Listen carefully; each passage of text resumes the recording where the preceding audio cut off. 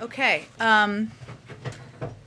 Today, the administration announced a historic new donation in the global fight to defeat COVID-19. President Biden announced that the United States is purchasing an additional 500 million Pfizer vaccines to donate to low and lower middle income countries around the world. Before today, the United States had already committed to donating over 600 million doses to the world. That includes 500 million Pfizer doses that we purchased earlier this summer to donate to 100 countries in need, the largest donation of COVID-19 vaccines by a single country ever.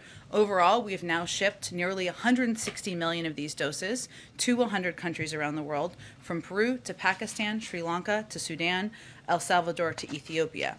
To put this in perspective, the United States has now delivered more free doses than every other country in the world combined. Millions more get shipped each week, and importantly, our donations come with zero strings attached. Today's announcement brings our total to over 1.1 vaccines donated to the world overall. And we're building from here. This is obviously a huge commitment. And another piece to put it in perspective: for every shot we are delivering here, we're giving we're committing 3 shots to the rest of the world. This commitment also comes as part of a joint EU-US vaccine sharing commitment that the United States and Europe will share doses globally to enhance vaccination rates, with a priority on sharing through COVAX and improving vaccination rates urgently in low and middle income countries. We welcome the EU's announcement today that they will donate over 500 million doses. This is in addition to the doses we have financed through COVAX. And these announcements come as part of today's, of course, summit and global COVID-19 summit, which gathered together, convened heads of state and leaders from over 100 countries. Let's see. With that, I just wanted to also note the Vice President also spoke just recently at this summit, and she announced the U.S. is contributing at least $250 million to establish a new global health security financial intermediary fund at the World Bank to coalesce resources for pandemic preparedness. With that, why don't you kick us off? Thanks. Media along the border have reported that many Haitians are being released into the United States. Can you clarify why they're not being placed on expulsion flights to Haiti? And does the administration have any concern that these releases undercut the public messaging that Haitians should not come to the border? Well, let me explain to you a little bit of how the process works. So DHS, the Department of Homeland Security, continues to expel migrants under CDC's Title 42 authority. Those who cannot be expelled, and this has been the case and been our policy and process for migrants coming from any country around the world under Title 42 and who do not have a legal basis to remain, are placed in either expedited, in a form of removal proceedings. And individuals who are not immediately removed are either placed in alternative to detention or transported to an ICE facility. If they are placed in an alternative to detention, there's also a process required, a legal document, a document they would have. As a part of that process, Border Patrol agents collect biometric and biographic information, fingerprints, photos, phone numbers, and an address in the United States, and also run a background check as a part of the process. And those who do not report, like anyone who's in our country without legal status, are subject to removal by ICE. I give you all of that to understand the different steps in the process. Obviously, there are flights. We need to have enough flights to transport individuals to Haiti or to other countries. And there are a range of flights, as you know, that are going to different parts of the world, depending, and those are in process. So if we're not, if there isn't a flight ready yet, those individuals may be placed in alternatives to detention, and there, as I noted, is this mechanism where these documents are required. And could you offer any further details on the call that happened late this morning between President Biden and President Macron? How long did it last? Sure. How was the tone? With how much, there was quite a bit of detail in the a readout of plans for the meeting. How much of that was worked out beforehand, before the presidents even got together? Sure. Well, as we've noted in the past, to take your last question first, there have been ongoing discussions and engagements at a variety of levels between the United States and France. So certainly the possibility of a meeting was something that was naturally discussed in advance, but also natural for the president to raise that and discuss it at the leader level. In terms of the tone of the call, it was friendly. It was one where we're hopeful, and the president is hopeful, this is a step in returning to normal in a long, important, abiding relationship that the United States has with France. It was about 30 minutes long. As we noted in the readout, and as you said, it was extensive, but during the conversation, the president reaffirmed the strategic importance of French and European engagement, I should say, in the Indo-Pacific region, something that we look forward to continuing to work with them on. And as we said in the readout, the French ambassador will return to Washington next week, and he will then start intensive work with U.S. officials. So that will be part of the ongoing next steps that we go from here. And as we also noted, they will meet in Europe at the end of October. If I may just quickly follow Sure. up on that. Boris Johnson earlier today dismissed French anger over the submarine deal, saying the French officials should get a grip. Substantively, does the administration agree with the Prime Minister's criticism that the French have failed to acknowledge the value of AUKUS and the submarine deal to global security? And then secondly, is calling on the French to get a grip helpful at this point? Well, I can only speak for our relationship with the French and our relationship with the United Kingdom. And I will say that the president during this call, as we said in the readout, acknowledged that there could be there could have been more discussion in advance of the announcement. And that was an important message for him to convey during that conversation. So I can't speak to the comments and whether they're constructive or not from other countries. Jen, hey, go ahead. Thanks, Jen.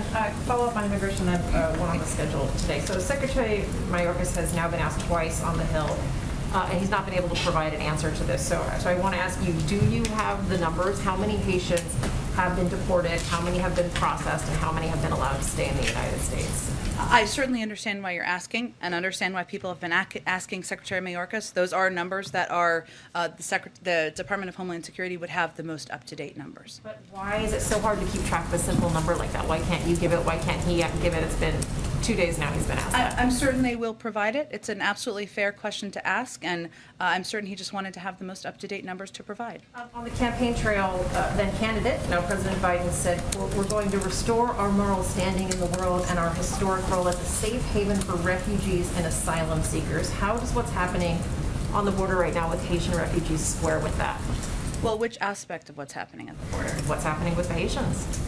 Do you mean the photos Them we've being seen, sent or do out, you the mean photos? Yeah, them not. Well, first, we understand and agree that this has been an incredibly heart-wrenching issue. We've watched the photos of Haitians gathering under a bridge, many with families, and the horrific video of the CBP officers on horses using brutal and inappropriate measures against innocent people.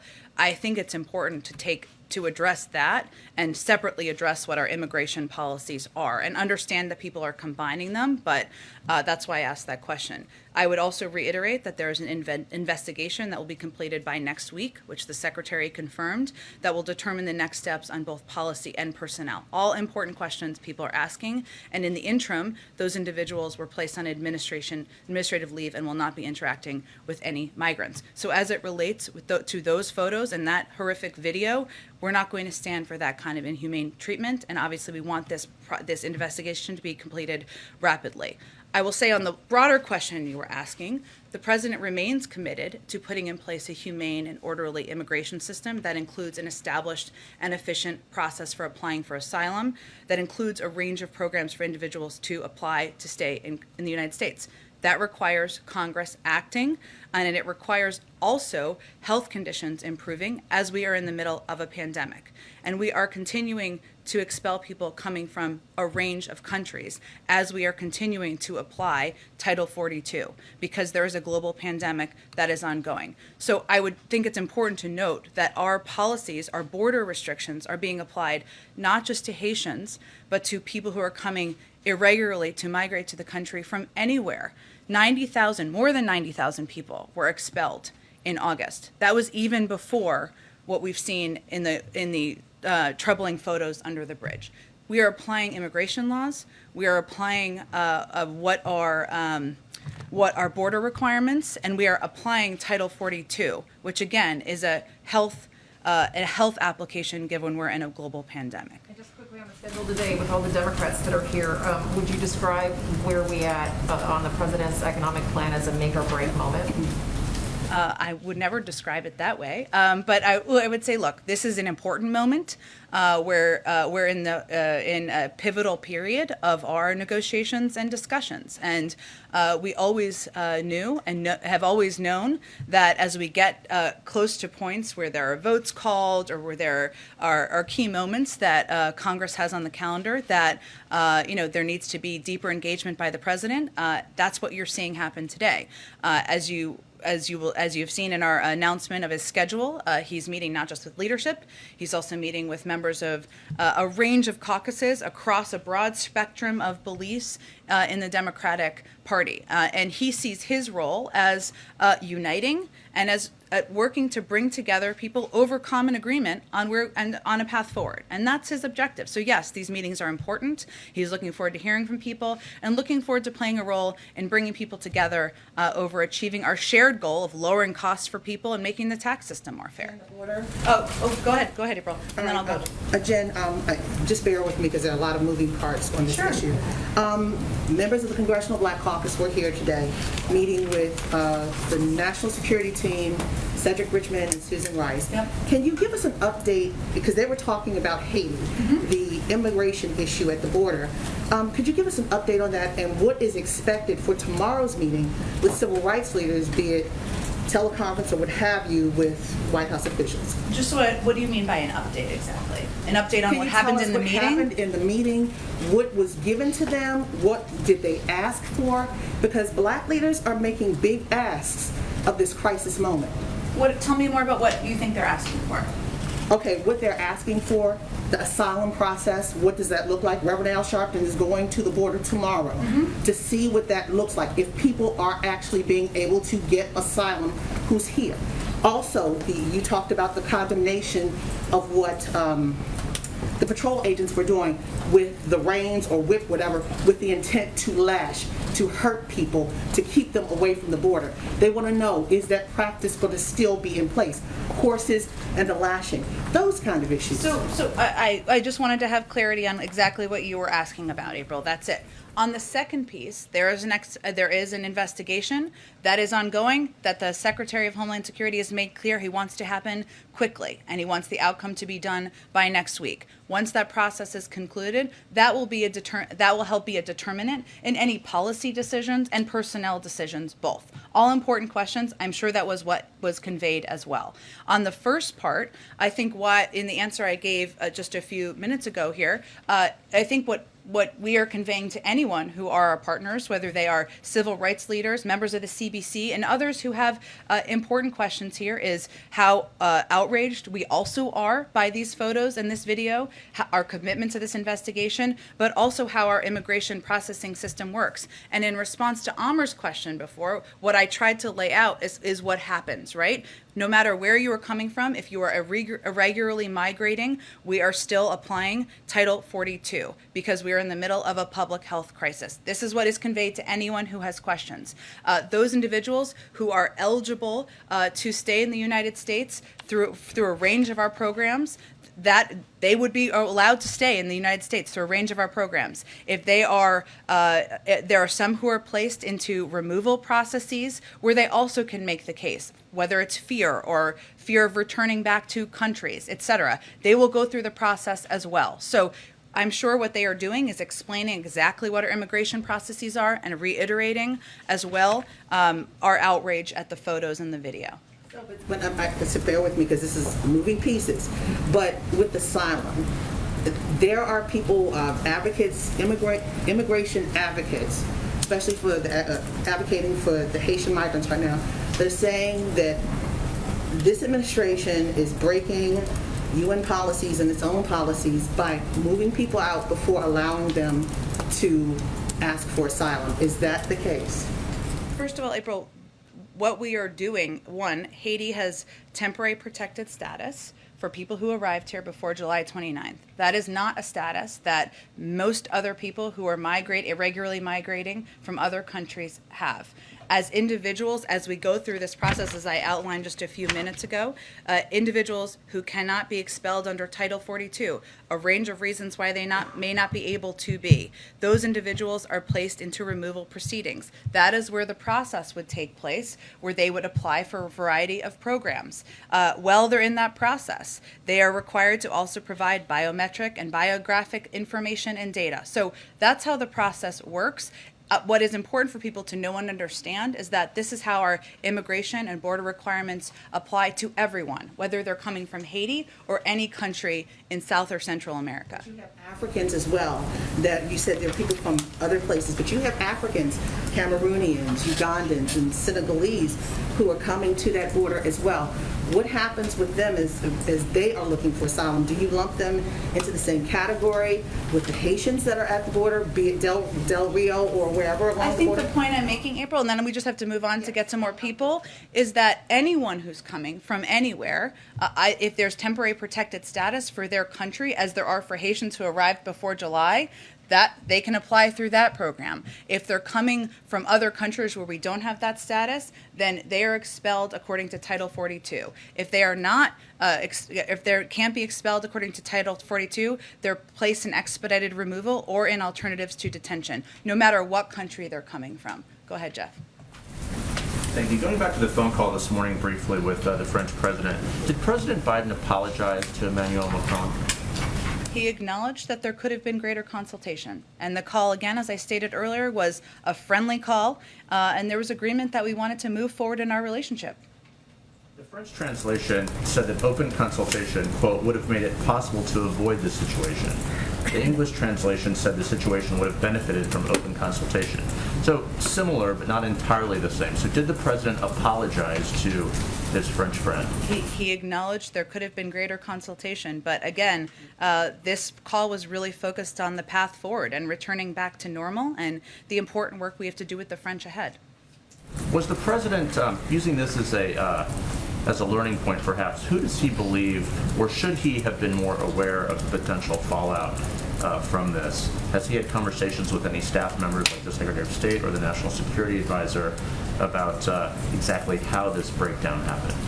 We always look to assess how we can make improvements to how we do consultations, and certainly they'll apply, and that part of that happens through conversations with members of his national security team, and we'll work to apply those moving forward. Does he hold Jake Sullivan responsible for this? He certainly doesn't hold anyone. He holds himself responsible, and certainly, though, he has a responsibility to talk to his team always about how we can best manage our diplomatic relationships, and that's what he does in any scenario. One more small question on the meetings this afternoon. On the price tag, is the president still committed to the $3.5 trillion price tag, or does he believe now that more flexibility on that number is warranted? Well, even before today or before this week, the president has always been open to negotiations and discussions, and knew that he was not going to be alone able to wave a magic wand and pass a proposal, right? So part of the objective today, while he's meeting with a range of members with a range of viewpoints, which we welcome, is to see where people are and work to see how we can get this across the finish line moving forward. What he's encouraged by is the fact that there is actually, I know we focus a lot, understandably, on areas of disagreement. There's a lot of agreement on lowering costs for American families, on making sure we're investing now in addressing the climate crisis, in making the tax system more fair. There's a lot of agreement on that. And it's a point where we need to figure out what the path forward is. The president's going to play a role in hopefully uniting people around the next steps. Go ahead. Just to follow up again on the French, you said in the statements that there will be a meeting in late October. Is that in France? Is that on the sidelines of the G20 or the COP26? Well, there are some international forums that are happening next month that might bring the president to Europe. I don't have any formal announcements yet to make, but to your question, we're still finalizing what it looks like exactly. Democratic negotiators on the George Floyd Justice and Policing Act say the bipartisan talks are dead. Is that the view of the White House? Is there any response to this announcement that it's apparently over? Well, I'd also say there was a statement put out by Senator Booker, who is a key, I think you were referencing that. I think that was the statement you were referencing. So I would say that first, the president is, and everyone in the administration, we have been strongly supportive of Senator Booker and Representative Bass in their efforts, and we're greatly appreciative of their efforts, which we consider to be ongoing. Unfortunately, Republicans rejected reforms that even the previous president had supported and refused to engage on key issues that many in law enforcement were willing to address. And so we are disappointed. The president is disappointed, even after Senator Booker and Representative Bass did yeoman's work, even after they worked to secure law enforcement support and showed they were willing to find consensus. So yes, we acknowledge, of course, what the negotiators have conveyed publicly at this point in time. I can convey to you that in the coming weeks, we're going to consult the president. We will all, our team, will consult with members of Congress, the law enforcement, civil rights communities, and victims' families to discuss a path forward, including potential executive actions the president can take to ensure we live up to the American ideal of equality, justice under law. And on the situation on the southern border, there was a meeting today with members of the CBC. The vice president talked to the Homeland Security Secretary to express concern. How often does this get to the president? Does he get briefed on these situations, or is he just getting it in news reports? Of course he gets briefed on them, absolutely, by his team. Okay. Well, to the point that we were trying to ask him about yesterday, what is his impression of this situation down there? What does he make of how those Border Patrol agents were seen to be interacting with these migrants? And, you know, where is he on dealing with these wide range of immigration issues that continue to challenge this government? Well, Ed, on the subject of the video footage and the photos, the president was horrified by that, just as we all were. He, of course, received a briefing and update from his national security team on the efforts by the Secretary of Homeland Security to launch an investigation, and one that he would like to see concluded rapidly. As it relates to our efforts to implement our immigration laws and border requirements, the president is quite hopeful, as he conveyed on his first day in office when he introduced an immigration bill, that we can take steps to put in place a more humane, a more orderly system, especially after a very broken one over the last several years, that has better asylum processing, that has a better system and a range of programs individuals can apply to. The president also believes and knows, as we all do, we're in the middle of a global pandemic, and we need to continue to administer Title 42, which expels individuals who come to the border. So he is horrified by the photos and the footage. He is also committed to implementing and abiding by our laws. And what is your understanding of what transpired in the Oval Office yesterday when we were all in there trying to hear from the president and the prime minister? Which aspect? Well, the British prime minister in the American Oval Office called out British reporters, and then when American reporters tried to call in the American president, we were escorted out, let's put it that way. Well, I think in that circumstance, and I think our relationship with the United Kingdom and with Prime Minister Johnson is so strong and abiding, we will be able to move forward beyond this. But he called on individuals from his press corps without alerting us to that intention in advance. Go ahead. Thank you, Jen. Just following up on this very basic but very important question. You're telling us that the DHS chief has the most recent numbers about how many of these Haitians under the bridge have been sent back and how many have been released into the U.S. The DHS chief is telling us that he doesn't know. So who else can we ask? You can certainly ask the Department of Homeland Security. I am confident, Peter. I am confident he wanted to have the most up-to-date numbers, and we will venture to get you those, I promise you, this afternoon. Is this an issue of not knowing, or is this an issue of a lot more people are being released into the U.S. than are being sent out? That is certainly not the issue. First, I think it's important to reiterate what I conveyed earlier about what the actual process is. Individuals are expelled under Title 42. If they can't be expelled under Title 42, they are put into a removal process. If they are put into a removal process, they're either transported to an ICE facility or released with a legal document. That legal document includes fingerprints, photos, phone numbers, an address in the United States, and a background check. That's the process that transpires. That's a part of our immigration process, regardless of where you're coming from. And just because you keep using Title 42, to defend this administration's immigration policies. That is a Trump-era regulation. You guys came in saying that the Trump-era immigration policy was very inhumane. Title 42 is not an immigration policy. It is a health authority because we're in the middle of a pandemic.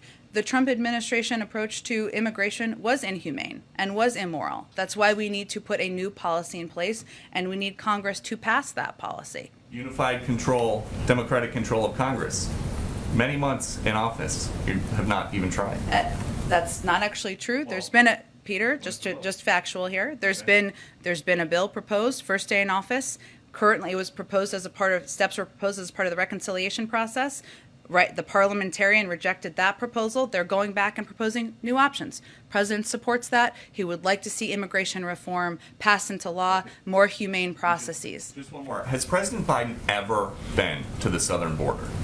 In his life? Yes. I will have to look back in my history books and check the times he's been to the southern We border. have been Happy looking to. all morning, and we cannot find any record of him visiting the border as president, vice president, senator, or even as a concerned citizen. Why would that be? I can check and see when the last time or when he may have been. But tell me more about why you're asking. Because this is a president who makes a point when there are disasters in this country, like a wildfire or a hurricane, to go and see for himself firsthand what the needs are of the local community so that he can have an informed POV to make policy. Why doesn't he do that? Why doesn't he go down to Del Rio, Texas and see what's going on? Well, first of all, Peter, I think the situation at the border is the result of a broken system. And the president certainly relies on his experience. So whether it was the work he did to address root causes as vice president, his efforts when he was in the Senate to support comprehensive immigration reform, steps that at a time were being done and worked toward in a bipartisan way, something that certainly we think should be the case today. He uses all of his experiences to inform how he governs, how he approaches challenges, and certainly he looks again at the last 4 years and the separation of children who were ripped from the arms of their parents as a way he does not want to proceed. So all of his experiences and his time in office, whether vice president or Senate, inform his approach to issues. Go ahead. The Brazilian health minister tested positive for coronavirus. He shook hands and spent time with Boris Johnson on Monday. Boris Johnson spent time privately with President Biden yesterday in the Oval Office. Can you just give us a sense of the level of concern at the White House about that? What, if anything's been done? How often the president is tested, and any updates? Sure. The president is tested regularly. I think I conveyed he was tested last week. I can check if there's more recent tests over the last several days. But as it relates to this specific incident, of course, we take our protocols very seriously. White House protocols and his presidential travel protocols are based on CDC risk mitigation guidelines, and that includes the CDC definition of a close contact to determine when someone may be at higher risk for contracting COVID. Based on this definition and precautions put in place by our team in the UN, we're not implementing any new protocols or new testing as it relates to those incidents. There's nothing different that happened in the last 24 hours since he was with Boris Johnson because of Correct. his exposure. Correct. Okay. Let me ask you about this meeting a little bit later today, if I can. First, does the president want to vote on both the reconciliation budget package, or the budget reconciliation package, and the bipartisan infrastructure package to take place on Monday? The president trusts the leadership of Speaker Pelosi and Leader Schumer, and certainly he'll work closely with them to get these across the finish line. Bottom line, Americans are watching this. Who needs to give here, the progressive Democrats or the moderate Democrats?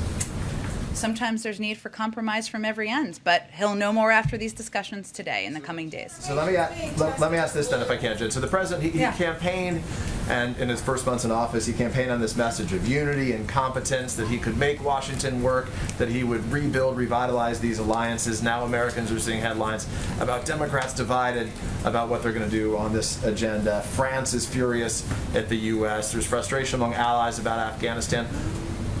What should Americans make of that, given what they've seen in recent weeks? Well, let me take each of those issues. The president just had a friendly phone call with the president of France where they agreed to meet in October and continue close consultations and work together on a range of issues. And where he acknowledged a failure, right, that he should have communicated better and advanced that. Well, again, I think in terms of the level of American concerns, acknowledging there can be closer coordination and consultation, I don't think is going to be the height of concern for most of the American people. But anyone who's concerned about our relationship with France can rest assured that they had a friendly phone call, and we have a path forward.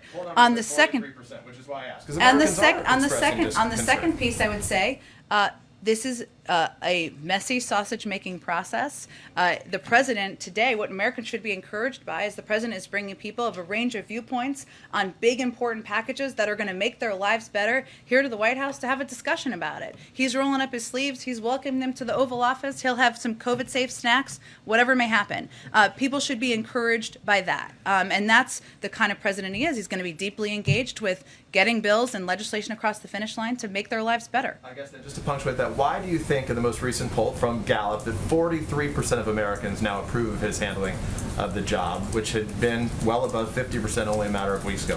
What do you think in the eyes of Americans has changed that you guys have not done well enough? Well, I think the country is going through a lot right now, and people are still under the threat of COVID.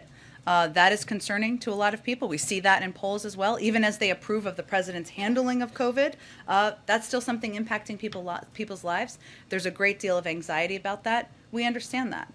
But our objective is to keep pushing his agenda forward and keep making their lives better and, look at that over the long term. Go ahead. Jen, I was struck by what you said in response to Ed's question about what happened yesterday in the Oval Office. Okay. Can you shed a little bit more light on this? Did the president feel he was upstaged by the British Prime Minister yesterday? I think the president has not spent a moment worrying about it. Can I ask you, because there are so many issues that we have discussed Sure. here that are of interest to the public, everything from the collapse of the police reform negotiations on Capitol Hill today to the pivotal period we're in, 8 days before the end of the fiscal year and no deal yet to avoid a government shutdown a week from tomorrow. When can we expect to hear, or when can we expect to have the opportunity to ask the president substantive, pointed questions about these matters in a way that he will elaborate on his views? Well, first, the president knows that he was elected not just to get the pandemic under control and put people back to work, but protect our democracy and stand up for what's right and be transparent. And certainly part of that is engaging with all of you. I would note that he answered questions 135 times leading up to September, 3 times last week. And he'll keep looking for forums to answer questions from all of you, something that he sees as vitally important to our democracy. But in this month of September, most of the occasions we've had have been fleeting. In fact, there are some occasions where he's only taken one question and walked away, and most of those occasions have occurred outside of this building. So when can we expect to have an opportunity to actually ask the president questions in a formal setting?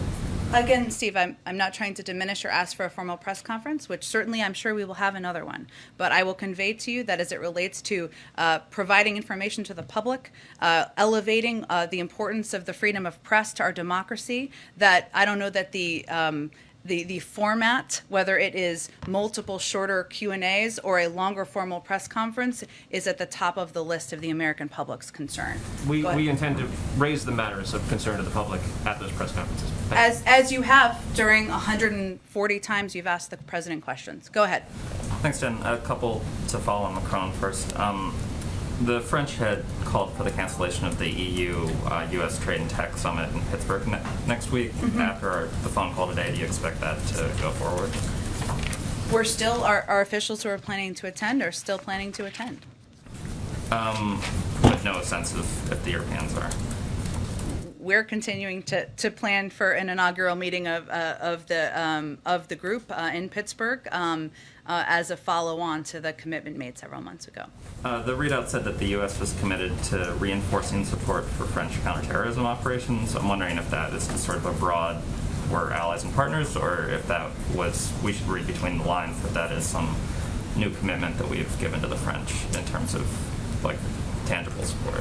I would read it more as the former, in that they're an important partner in the Indo-Pacific. They're an important partner around the world, and certainly addressing the threat of terrorism that has metastasized and changed over the course of the last 20 years is a vital priority for us, as it is a vital priority to the French. And as I noted, when the ambassador comes back, there'll be consultations. Obviously, there'll be a meeting between President Biden and President Macron, and I'm sure they'll discuss this and a range of issues. The Fed today shifted forward their projections when the economy would be ready for a rate hike, which suggests economic strength, which I assume you'd be happy about, but obviously many Americans are still struggling, so I wonder if you agree with that assessment from the Federal Reserve. We certainly agree with the the independence of the Federal Reserve and their right to make decisions it deems necessary on monetary policy.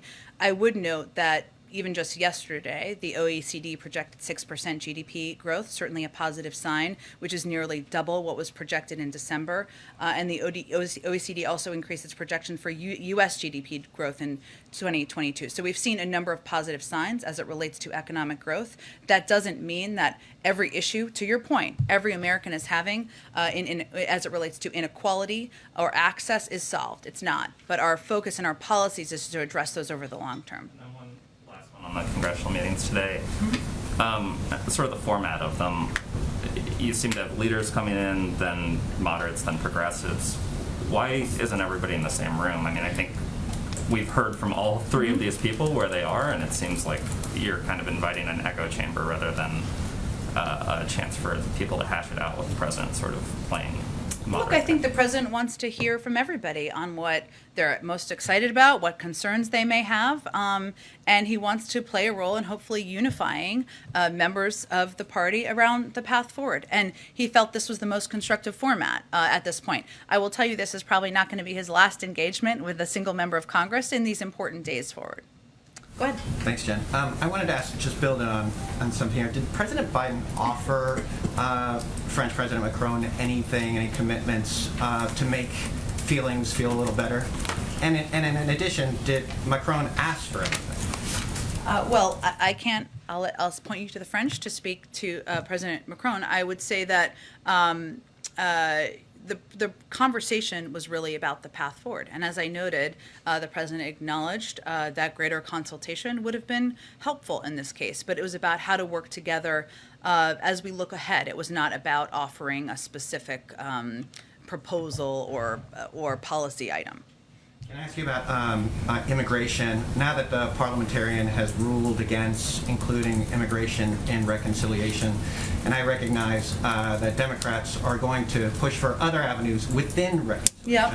But beyond reconciliation, what is the Biden administration's path forward for immigration? The president, as a candidate, campaigned on this issue. What type of relief is possible, and what can the Biden administration do to bring that? Well, first, I would say our current and immediate focus is on supporting the efforts of senators who have been vocal about their desire, as you said, to put forward alternate proposals to be considered by the parliamentarian and see where that goes. There are a range of passionate leaders in the Senate, in the House, who want to see immigration reform happen. And we will certainly continue to work with them to see what vehicle and path forward, what that looks like. But that's our next step right now, is assessing, is them putting forward an option for the parliamentarian to consider.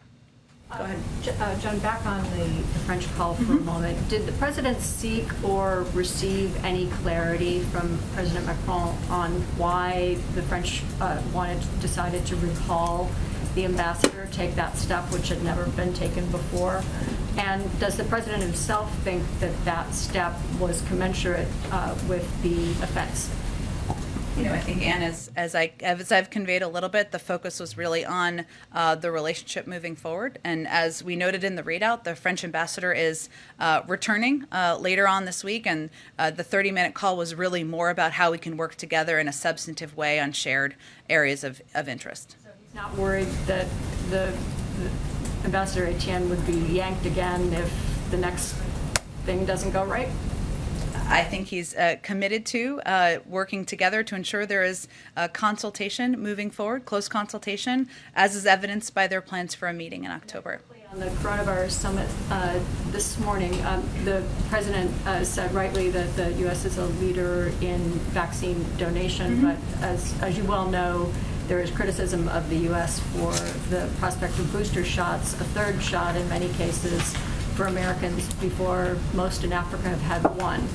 Was that a topic of discussion? Why didn't we hear anything from the president or from the UN ambassador on that point today in their opener? Well, we're now donating 3 shots globally for every 1 shot we've put in the arm of an American. And our view continues to be that we can do both, and it's a false choice. Our view also continues to be that, frankly, the rest of the world needs to step up and do more. And now we're at the point where, of course, we've now committed to over 1.1 billion vaccines donated, but we're also committed to we also have a partnership with the Quad. Obviously, they're meeting later this week to produce at least 1 billion doses. Our work to boost vaccine manufacturing in South Africa is going to produce 500 million single-dose regimens in Africa for Africa, and we will continue to do more. Share doses, scale manufacturing, invest in vaccines abroad. You heard the president talk about that. But we also need the world to do more, especially developed economies that can do more to contribute to this effort to defeat the pandemic. Go ahead. Oh, sorry, Deb. Continue. Great. Just following Jen on Ann's question there, you keep saying that the president will engage in deep consultations with the French.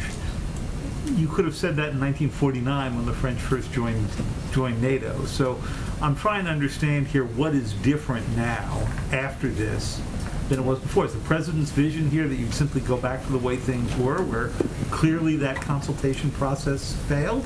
Or is the president's vision that you have a new project of some kind with the French that begins to make reparations for what they view as what they've lost? I think, David, it's more about we've had a strong relationship for many decades. Of course, yes, there's been ups and downs in that relationship, but the president's objective is that we should go back to normal and that we should go back to a relationship where we work closely together on a range of issues facing the global community, addressing COVID, the global economy, security, the Indo-Pacific, and how we work together in those mechanisms will determine as we keep having close consultations and discussions moving forward. One question on the Quad meeting, which is coming up on Friday. So you'll have the Australians there, but then you'll also have India and Japan. Would you envision for them a similar kind of military role that you've now defined with the Australians? AUKUS, what would it become? JAUKUS? JIAUKUS?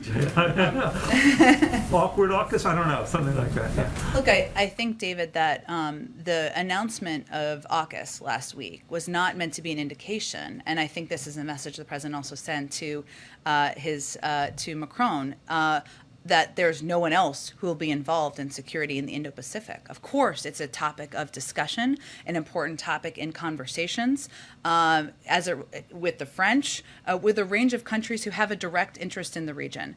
I can convey to you that we will have a preview call on the Quad meeting, which I know there's a lot of excitement about, for probably tomorrow in advance of that meeting, where we'll go through more detail of the planned agenda for the meeting as well.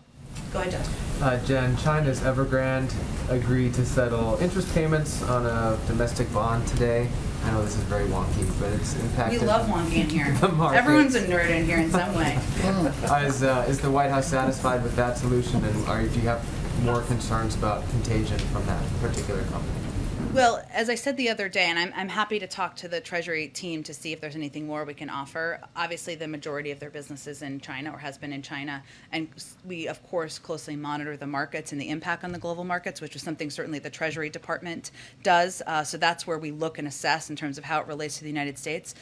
So I don't have anything new to provide from here, but I'm happy to check with them if there's anything in addition. All right, and just to follow up on the meetings this afternoon, can you give us a sense of how President Biden plans to bridge those divides? I know he's going to listen, and I know you've talked about him wanting to hear from all sides and be more engaged. How does he get there? What does he do? What does he say? What does he give up? Meetings haven't happened yet. Look, I think the president wants to play a role and talking and reminding people of what we have in common, how we can be united in making people's lives better in this country. He understands, and he's been a part of the Democratic Party for 50 years. He understands there are disagreements. Some of those are on the margin, some of them are larger. He's going to listen, he's going to engage, and he's going to hopefully play a constructive role as the leader of the party, as the President of the United States, on moving this important agenda forward. But it's hard for me to assess in advance of the meeting. Maybe we'll have more to say after they're over. Go ahead. Thanks, Jen. On global vaccines, the administration has previously noted that there's been logistical challenges in getting vaccines out to the countries that are actually in need. Just with this latest round that you just announced today, has the administration adopted any new strategies for increasing the actual deployment of these vaccines, not just the procurement of them? Well, those cases, I don't know if are you referring to any specific country or just?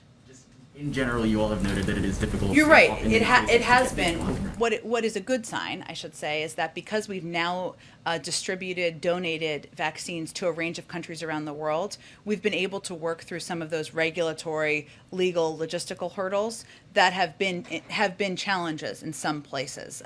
There are requirements in some countries as well that they have needed to address in order to make it easier to donate vaccines, whether it's ability to transport or maybe they have regulatory requirements. But now that we've done rounds of donating 160 million doses to a range of countries in the world, it should be easier moving forward. And building off that, are the places where these vaccines that you just announced going, are they the same range of countries that you all previously announced? Yeah, they are. So we're going to donate these doses to the same 100 low-income countries as we previously announced a donation of the 500 million doses to in June. So specifically, that's 92 low and middle-income countries as defined by Gavi's COVAX Advanced Market Commitment, and all African Union member states, and 8 additional countries to cover the African Union: South Africa, Namibia, Botswana, Gabon, Equatorial Guinea, Libya, the Seychelles, and Mauritius.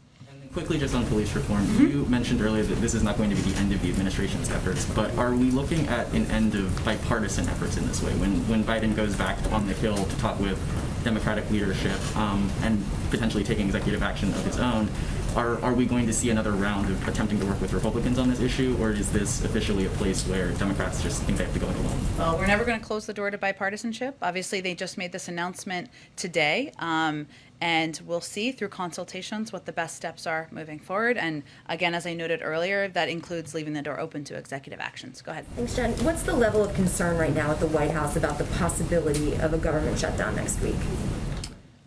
Well, until a CR has passed that funds the government, we'll certainly have a concern. But our goal and our focus is on preventing that from happening. Obviously, the House passed the CR with including raising the debt limit attached. The Senate could pass that today, and we could all rest easy. The government's not going to shut down. The American people could rest easy. We'll see what happens. Has OMB started working on contingency plans for that possibility of a shutdown?